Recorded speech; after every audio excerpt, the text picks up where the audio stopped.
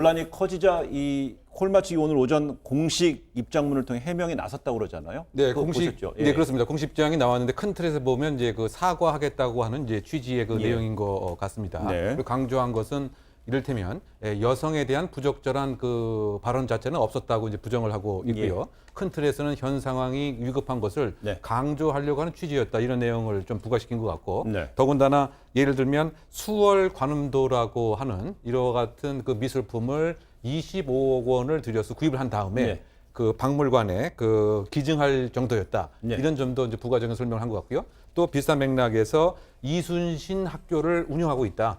따라서 이 얘기는 무슨 얘기를 하고 싶으냐면 역사 의식이 있고 역사 의식을 실천하는 기업이다, 뭐 이런 그 취지에서 지금 현 상황을 강조하려고 했다라고 하는 취지의 사과문을 게재한 상황입니다.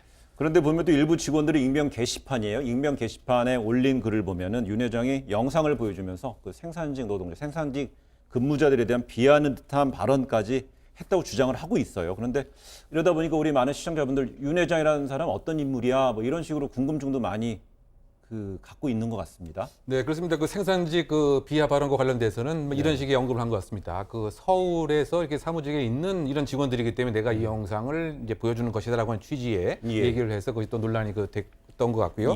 과연 이제 윤 회장이 누구냐에 관해서 일단 요약을 하게 되면 자수성가형 기업인이라고 요약을 할 수 있을 것 같습니다. 그 대구 출신이고 그 당시 이 1990년대 그 사명에 불과했던 그 기업을 현재 3,800명까지 이렇게 도약시키는데 이런 뭐 공헌을 한 점은 있는 것 같습니다. 그 경력을 살펴보면 농업에도 근무를 했고 대웅제약에도 임원으로서 이제 근무를 했던 거죠. 다만 이제 이 회사가 만들어진 뿌리를 보게 되면 일본 콜마가 이제 원천적인 이제 기업 형태가 아니었던가. 왜냐하면 이 당시에 일본 콜마와 합작을 해서 한국 콜마를 이제 만드는 이런 그 셈인 것이고요. 다만 이제 이 당시에 이른바 ODM이라고 하는 제조업 생산 개발 방식을 빨리 한국에 적용을 시켰다. 요약을 하게 되면 상당히 자수성가적 모습이 있긴 하지만 일본 콜마하고의 연관성 상당 부분 있는 기업인으로 알려져 있는 것 같습니다. 그렇게 되면 애초에 콜마라는 기업이 일본에 있었는데요. 한국에 콜마가 생기면서 일본 콜마는 일본 콜마, 한국은 한국 콜마가 된 것이고, 또 주문자 생산이 아닌 OEM이 아닌 제조자 주문인 ODM, 이런 거로 된다는 것인데, 근데 특히 이번 사건에 대해서요, 이 화장품의 주 소비층인 여성들이 불편한 시선을 보내고 있다고 합니다.